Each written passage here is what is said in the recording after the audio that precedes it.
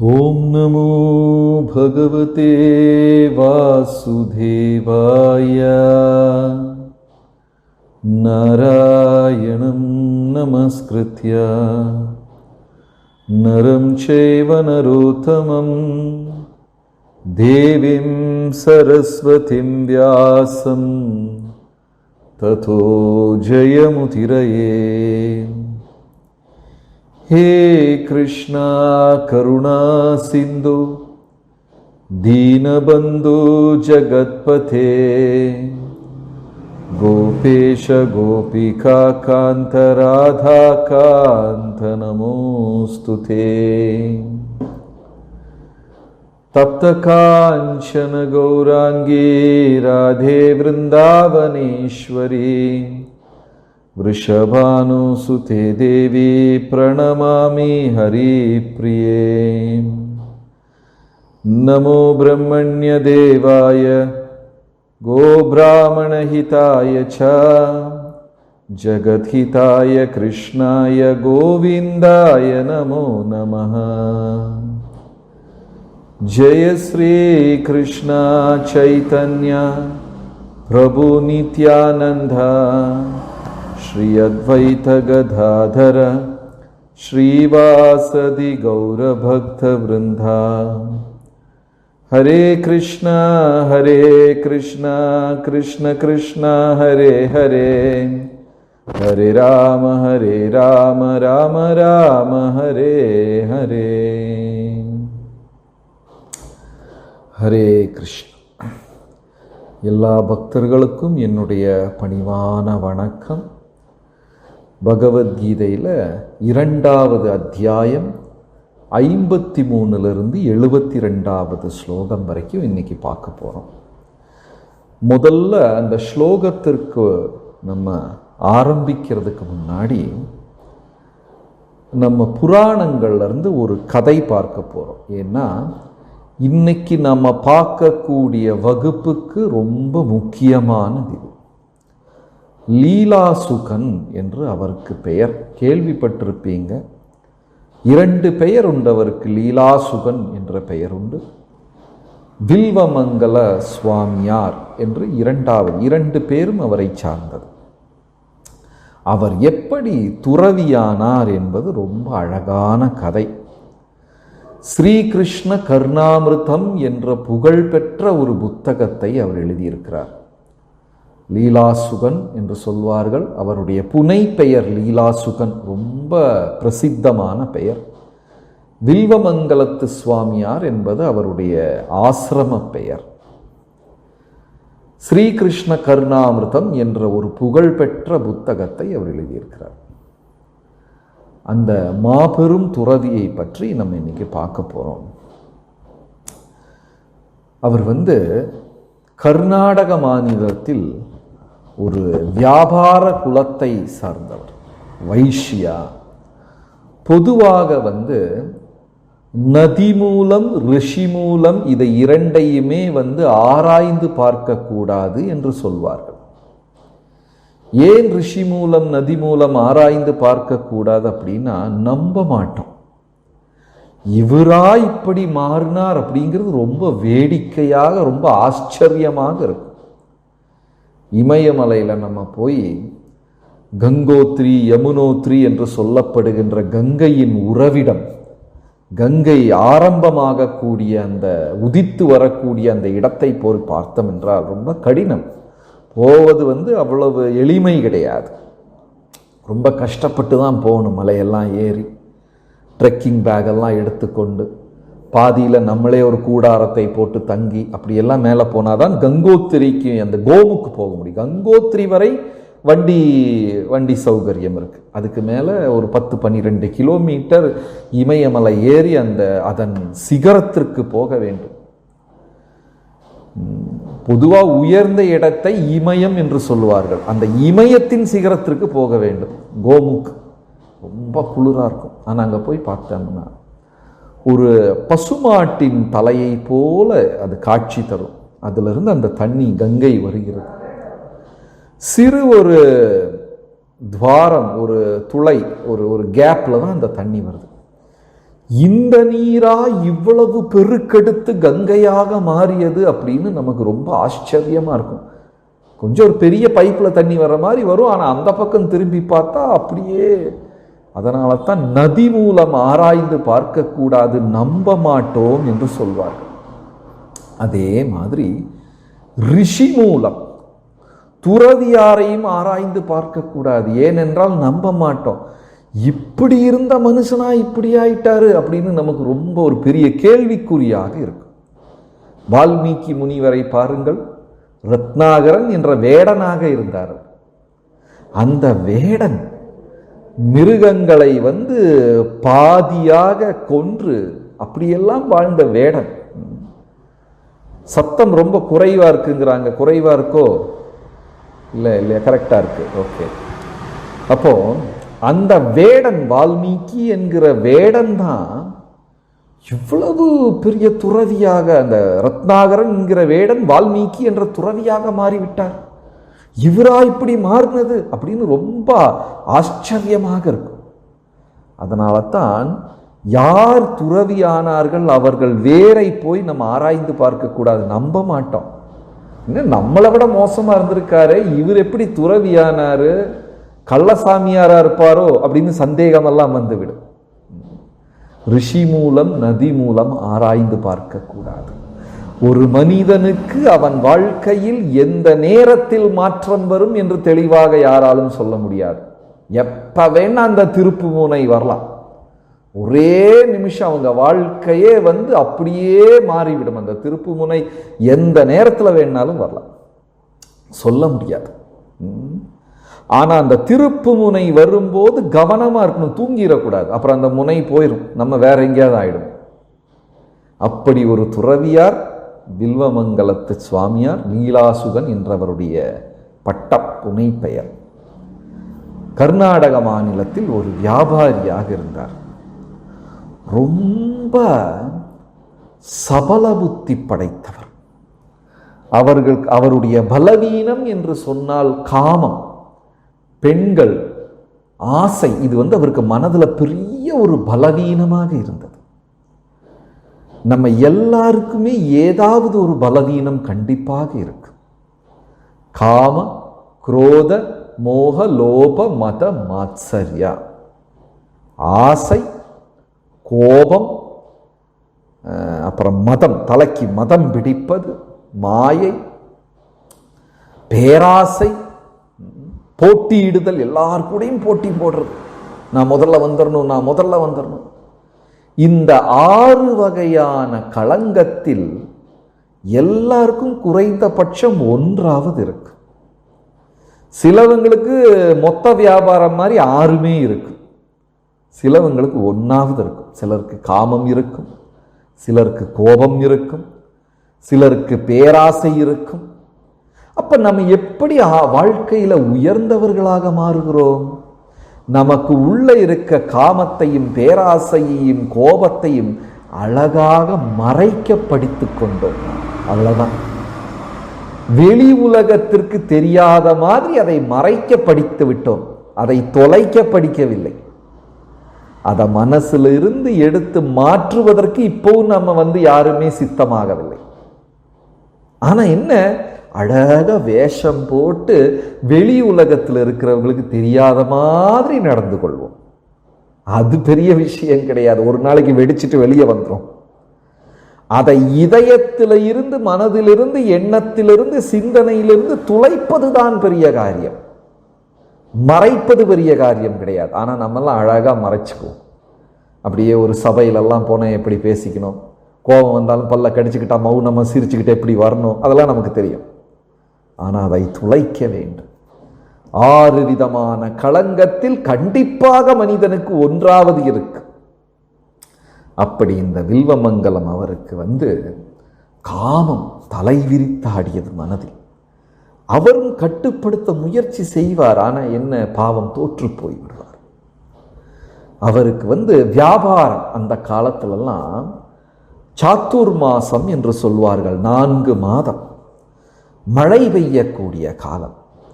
வியாபாரிகள் அந்த நேரத்தில் வியாபாரத்திற்கு செல்ல மாட்டார். அந்த காலத்திலலாம் வியாபாரம் என்று சொன்னால் வீட்டை விட்டு போனால் 6 மாதம் 8 மாதம் கழித்துத்தான் வருவார்கள். நாடு நாடாக போய் இவர்கள் நாட்டில் என்ன பொருள் சிறப்பான பொருட்கள் இருக்கோ அதையெல்லாம் கப்பல் வழியாக, குதிரை வண்டிகள், மாட்டு வண்டி வழியாக மற்ற ஊருக்கு எடுத்து சென்று அந்த ஊரில் சிறப்பான பொருட்கள் என்ன இருக்கோ இதை அங்க கொடுத்துட்டு அதை வாங்கி கொண்டு வந்து சொந்த ஊரில் விற்று பணமாக்குவார்கள் வியாபாரிகள். வியாபாரத்திற்கு போனால் 4 மாதம் 5 மாதம் சென்றுதான் திரும்ப வருவார்கள். மழை பெய்யக்கூடிய அந்த 4 மாதம் போக மாட்டார்கள். சாத்துர் மாசம் என்று சொல்வார்கள். அந்த 4 மாதம் வெளியே போக மாட்டாங்க, வீட்டிலேயே இருந்துக்குவாங்க. வருடத்தில் ஒரு 6-8 மாதம் வேலை செய்வது வியாபாரிகள், 4 மாதம் வீட்டில் ஓய்வெடுப்பது. அப்படித்தான் அந்த காலத்தில் வியாபாரம்.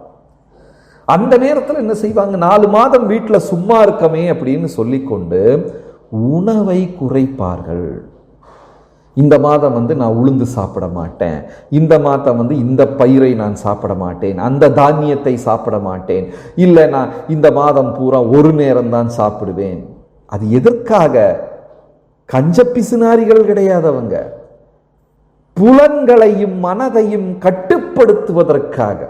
சும்மா இருக்கும்போது எல்லாம் சாப்பிடுறது இல்லையா, புலன்களை கட்டுப்படுத்த முடியாது. அதான் அழகா தமிழ்ல சொல்வார்கள், புவியாளும் மன்னனுக்கு தன் 5 புலன்களை கட்டுப்படுத்த முடியாது. பெரிய நாட்டையே கட்டி ஆளுவார் மன்னர், ஆனா சொந்தம் புலன்களை, கோபத்தை கட்டுப்படுத்த முடியாது, தொற்று போய் விடுவார். அப்போ இந்த மாதிரி 4 மாதம் அப்படியே ஏதாவது விரதங்கள் எடுத்துக்கொண்டு வாழ்க்கையை கட்டுப்பாடுடன் அந்த 4 மாதத்தில் ஆன்மீகமாக எதெல்லாம் அதிகமாக செய்ய முடியுமோ அதையெல்லாம் செய்து கொள்வார்கள். அந்த நேரத்தை ஆன்மீகமாக உபயோகம் செய். இப்ப நமக்கு என்ன, அதிகமான நேரம் இருந்துன்னா படுத்து தூங்கிடுவோம் நிறைய பேர். அப்புறம் டைம் பாஸ் அப்படின்னு சொல்லி நிறைய வெட்டி வேலையை கண்டுபிடித்து வைத்திருக்கிறோம். டைம் பாஸ் என்று சொல்லி நமக்கும் குணம் இல்லை, மற்றவர்களுக்கு குணம் இல்லை, இந்த உலகத்திற்கு குணம் இல்லை, யாருக்குமே குணம் இல்லை. அப்படி டைம் பாஸ் என்றால் தமிழ்ல வெட்டி வேலை, யாருக்குமே உபயோகம் இல்லாத வேலை. அதை சிலது வேற கட்டுப்பிடித்து வைத்திருக்கிறோம். ஆனா உண்மையான ஆன்மீகவாதிகள் நேரம் சற்று அதிகமாக கிடைத்தால் அதை ஆன்மீகமாக உபயோகம் செய்வார்கள்.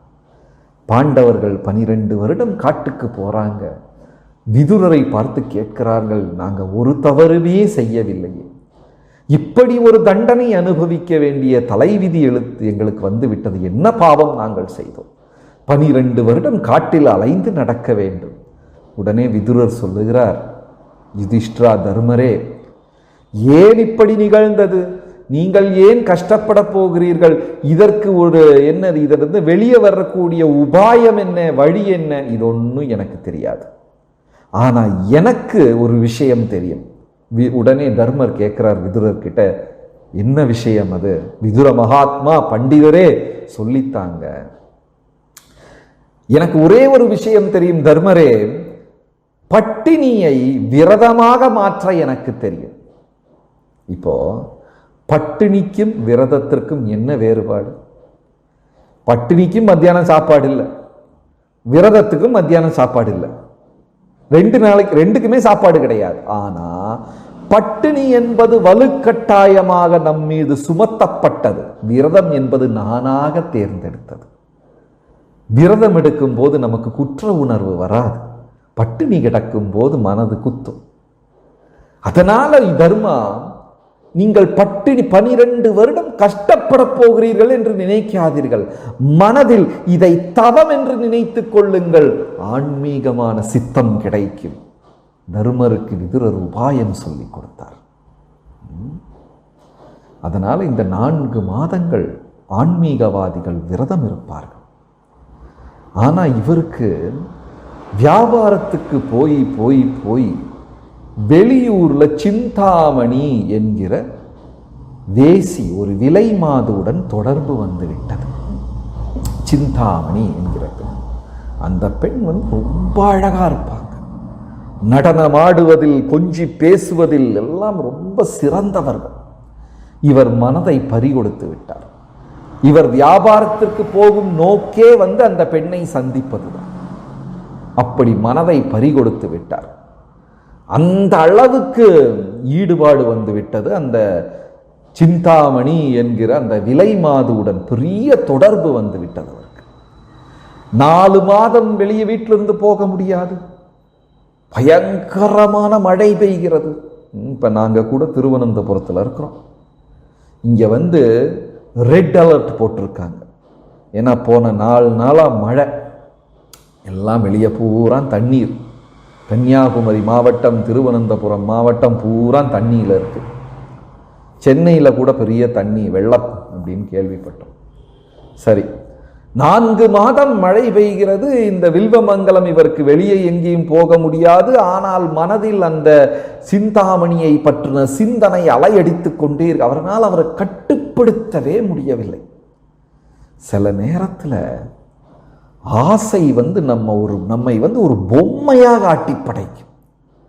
மனதில் ஏதாவது வேணும் என்று ஆசைப்பட்டு விட்டால் இல்லையா, ஆங்கிலத்தில் சொல்வார்கள், இந்த காதல் செய்பவர்களுக்கு உபதேசம்லாம் செய்யக்கூடிய அது ஒன்றுமே தலைக்குள்ள போகவே செய்யாது. லவ் இஸ் பிளைண்ட் என்பார்கள். ஐ ஃபெல் இன் லவ் என்று ஆங்கிலத்தில் சொல்வார்கள். நான் காதலில் விழுந்து விட்டேன். பாகவதம் என்ன சொல்லுகிறது? இறைவனை நேசித்தால் நீ அன்பில் உயர்ந்து விடுவாய். ஐ ரோஸ் இன் லவ், நான் அன்பால் உயர்ந்தேன். ஆனா இந்த உலகத்துல யாரையாவது நேசிச்சோம்னா அன்பால் விழுந்து விடுவோம். அன்பால் எழுந்து நிற்கணுமா, அன்பால் வீழ வேண்டுமா என்ற முடிவு நாமே செய்து கொள்ளலாம். இவர் வந்து அந்த சிந்தாமணியிடம் மனதை பறிகொடுத்து அவர்னால கட்டுப்படுத்த முடியல. தினமும் அந்த ஆசை வந்து தீ மாதிரி இதயத்தில் எரிந்து கொண்டு கொந்தளித்து எரிகிறது. அப்படி இருக்கும்போது இந்த வில்வமங்கலத்தின் தந்தையார் ஒரு நாளைக்கு காலமாகிவிட்டார். அவர் வயதான தந்தையார், அவர் காலமாகிவிட்டார். நண்பர்கள், உறவினர்கள் எல்லாருமே வந்து அந்த ஈமக்கிரியை கடைசியில செய்யக்கூடிய சடங்குக்காக எல்லாரும் வந்திருக்காங்க. ஆனா இவருடைய மனது யாரை நினைத்து கொண்டிருக்கிறது? அந்த சிந்தாமணியை நினைத்து கொண்டிருக்கிறது. எவ்வளவு கொடுமையான விஷயம் பாருங்க. தந்தையார் இறந்து கிடக்கிறார், அவருக்கு ஈமக்கிரியை செய்ய வேண்டும். ஆனால் மனது அந்த சிந்தாமணி என்ற பெண்ணை நினைத்து கொண்டே இருக்கிறது. ஆசை யாரையுமே விட்டது கிடையாது. புத்தர் சொல்லுகிறார், நாம் இந்த உலகத்தில் மாட்டிக்கொண்டது ஆசை என்னும் விலங்கினால். அதை விட்டுட்டோம்னா ரொம்ப ஈஸி. இதே விஷயத்தை அண்ணல் காந்தியடிகள் தன்னுடைய சுயசரிதையில் எழுதுகிறார். தன் தாய் இறந்து கிடக்கிறார், இவருக்கு மனைவியுடன் இருக்க வேண்டும் என்ற ஆசை. அவர் தன்னுடைய சுயசரிதியில் அண்ணல் ஏன்னா காந்தியடிகள் திருமணம் செய்து கொண்டு ரொம்ப இளம் வயது. மனைவிக்கு 12 வயதோ 13 வயதோ மனைவிக்கு. ரொம்ப இளம் வயதில் திருமணம். அந்த காலத்துலலாம் அப்படித்தான், இளம் வயதில் திருமணம் செய்து கொள்வார்கள். அது நல்லதுன்னு நிறைய பேர் சொல்றாங்க, தவறு என்றும் நிறைய பேர் சொல்றாங்க. புராணங்கள் ஏன் நல்லது என்று சொல்லுகிறது என்றால், மனதில் அந்த ஆசை வரும் பொழுதே இதுதான் உன் மனைவி, இதுதான் உன் கணவன் என்று தலையில் செதுக்கி, கல்லில் செதுக்குவது போல் செதுக்கி விடுகிறார்கள். அப்ப அந்த ஒரு மனிதரை தவிர வேற எந்த எண்ணமும் மனதில் தோன்றாது. அந்த குழந்தை விளையாடிக்கிட்டு இருக்கு, 12 வயது, அப்பவே இதுதான் உங்க கணவன் அப்படியே சரி தலையில ஏறிடும். கணவனுக்கும் அதே மாதிரி. ஆனா இப்ப அப்படி கிடையாது. கல்லூரியில் படித்து 20-25 ஆண்டுகள் மனதில் ஒரு 10 பேர் ஏறி இறங்கி இருப்பாங்க இல்லையா? இந்த காலேஜ் மாணவர்கள், கல்லூரி மாணவர்கள், மாணவிகள் அறையெல்லாம் பார்க்கணும், ரொம்ப வேடிக்கையா இருக்கும். மாணவர்கள் அறையில பூரா பெண்கள் படமா ஒட்டி வச்சிருப்பாங்க. காலையில் எந்திரிச்ச உடனே கௌசல்யா, ரேவதி அப்படின்னெல்லாம் எல்லாரையும் வணங்கி கொண்டு, மாணவிகள் அறையில பூரா ஷாருக் கான், ரித்திக் ரோஷன் எல்லாரையும் ஒட்டி வைத்திருப்பார்கள். காலையில் எந்திரிச்ச உடனே அவங்களை வணங்கி கொண்டு. ஒரு மனிதன் 25 வயது ஆகும்போது மனதில் எத்தனையோ பேர் ஏறி இறங்கி விடுகிறார்கள். அங்க வந்து தூய்மை கொஞ்சம் குறைவாக இருக்கு. அதனால அந்த காலத்துல 12, 13, 14 வயதிலேயே திருமணம் செய்து இப்படி புராணங்கள் சொல்லுகிறது. ஆனா இந்த காலத்துல அது நடைமுறைக்கு ஒத்து வராது. அது சரியா தவறா என்று தெரியாது. இந்த வில்வமங்கலம் தந்தையார் வீட்டில் இறந்து கிடக்கிறார். மனது பூரா அந்த சிந்தாமணியை பார்க்க வேண்டும் என்ற ஆசை. தந்தையின் சடலத்தை அப்படியே விட்டுவிட்டு அந்த பெண்ணை தேடி போகிறார். பயங்கரமான மழை பெய்கிறது. மழை என்றால் கொடும் மழை, பேய் மழை பெய்கிறது. இருந்தாலும் அந்த ஆசை அந்த மழையையும் தாண்டி போக இருட்டுல அப்படியே வெள்ளமெல்லாம் ஆறாக பெருக்கெடுத்து ஓடுது. அதுல மரங்கள் போகுது, வீட்டின் கூரைகள் அடித்து கொண்டு போகின்றன. சில இடங்கள்ல கண்ணுக்குட்டி மாடு அதெல்லாம் தண்ணியில் அடித்துக்கொண்டு எல்லாம் பார்க்கிறார். இருந்தாலும் ஆசையில் அந்த சிந்தாமணியை பார்த்தே விட வேண்டும் என்று சொல்லி போகிறார். போகிற வழியில ஆடையெல்லாம் மரத்துல சிக்கி, கம்பியில சிக்கி, அதுல சிக்கி ஆடையெல்லாம் கிழிந்து உடலில் கீறல்கள் விழுந்து ரத்தம் கசிகிறது. இருந்தாலும் அந்த பெண்ணை பார்க்க வேண்டும் என்ற ஆசை, அதுதான் நெருப்பாயிரிய ஆசை. அந்த மாதிரி ஆசை, பார்த்தே விட வேண்டும் என்று போகிறார். உடலெல்லாம் கிழிந்து, ஆடைகள் கிழிந்து, இரத்த களரியாக அப்படியே தண்ணியில நீந்த முடியாம கொஞ்ச தூரம் போக போக நீரின் அளவு அதிகரித்து கொண்டே போகிறது. இவரால் தாக்கு பிடிக்க முடியவில்லை. பார்த்தார், பக்கத்துல ஒரு மரத்துண்டு கிடைந்தது. அதை பிடித்து கொண்டு எப்படியோ நீந்தி நதியின் அக்கறையில போய் அந்த சிந்தாமணியின் வீட்டுக்கு போய்விட்டார். அங்க போனா பெரிய கதவுகள் பூட்டி இருக்கின்றன. மழையா, எல்லாம் உள்ள இருக்கிறாங்க. இவர் கதவு கிட்ட இருந்து கத்துக்கிறார் சிந்தாமணியின் பெயரை சொல்லி. யாருக்குமே காதுல விடல. பார்த்தார், மரத்திலிருந்து ஒரு கயிறு தொங்கிக் கொண்டிருந்தது. அந்த கயிறை பிடித்து மேலே ஏறி அந்த பக்கம் குதித்து சென்று அந்த சிந்தாமணியின் கதவை தட்டுகிறார். அப்படியே உடலெல்லாம் கிழிந்து, ரத்தம், துணி, ஆடையெல்லாம் கிழிந்து. சிந்தாமணி கதவை திறந்த உடனே ஆச்சரியம். இந்த நேரத்தில் நீங்க எப்படி இப்படி வந்தீர்கள்? இல்ல, உன்னை பார்க்கணும் என்ற ஆசை. உடனே அந்த நிமிஷம் சிந்தாமணி ஒரு வார்த்தை சொன்னார். இந்த ஆசை இறைவனின் பேரில் வைத்திருந்தால் இந்த நேரம் உங்களுக்கு மோட்சமே கிடைத்திருக்கும் என்று வேடிக்கையாக சிந்தாமணி சொன்னார். ஒரு விலை மாது. அந்த நேரத்தில் அப்படி இறைவனை பற்றி ஏன் சொல்ல வேண்டும்? புராணங்களில் விவரிக்கிறார்கள். இந்த வில்வமங்கலத்திற்கு முன் ஜென்மத்தில் ஒரு ஆன்மீக குரு இருந்தார்.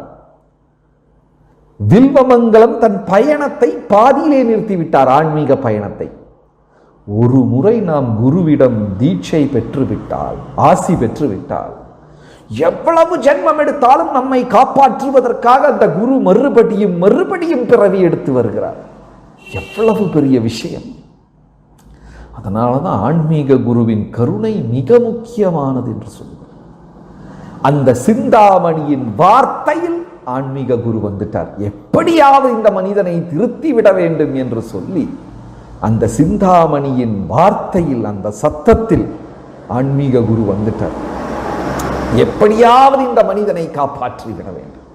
அவனுடைய அவல நிலையை பார்த்த ஆசையில் மாட்டிக்கொண்டு உடை கிழிந்து, ஆடை கிழிந்து, உடல் கிழிந்து, இரத்த களரியில் அந்த பெண்ணை எவ்வளவு ஆசை, லௌகீக ஆசையில் மாடி எப்படியாவது காப்பாற்றி விட வேண்டும் என்று சொல்லி அந்த சிந்தாமணியின் வார்த்தை நாக்கில் யார் வந்துட்டாரு?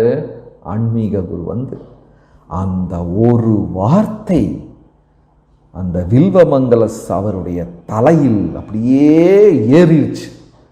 அதுதான் வாழ்க்கையின் திருப்பு முனை என்று சொல்லுகிறோம். நாம ஜபம் பண்ணிக்கொண்டே இருப்போம். ஏதாவது ஒரு நாளைக்கு நாம் செய்யக்கூடிய நாம ஜபம் நம் வாழ்க்கையவே மாற்றிவிடும். அந்த திருப்பு முனை, அந்த வார்த்தை அவர் தலைக்குள்ள ட்ரில்லிங் பண்ண மாதிரி ஏறிவிட்டது. ஒண்ணுமே பேசல. அப்படியே திரும்பி வர்றார் அவர். மறுபடியும் அந்த சுவரை தாண்ட கயிறை தேடுகிறார். அந்த கயிறு மரத்திலிருந்து தொங்கிக் கொண்டிருக்கிறது. அப்பொழுதுதான் மனிதனுக்கு தென்பட்டது அது கயிறு கிடையாது, பாம்பை பிடிச்சு தொங்கி இருக்கிறார். ஆனா முதல்ல வரும்போது மனதில் காமம் நிறைந்திருந்ததுனால அது பாம்பு என்று அவருக்கு தெரியும். இந்த பாம்பையா நான் கயிறு என்று நினைத்து பிடித்து தொங்கினேன். பாம்புன்னு தெரிஞ்சா யாராவது பிடிப்பாங்களா?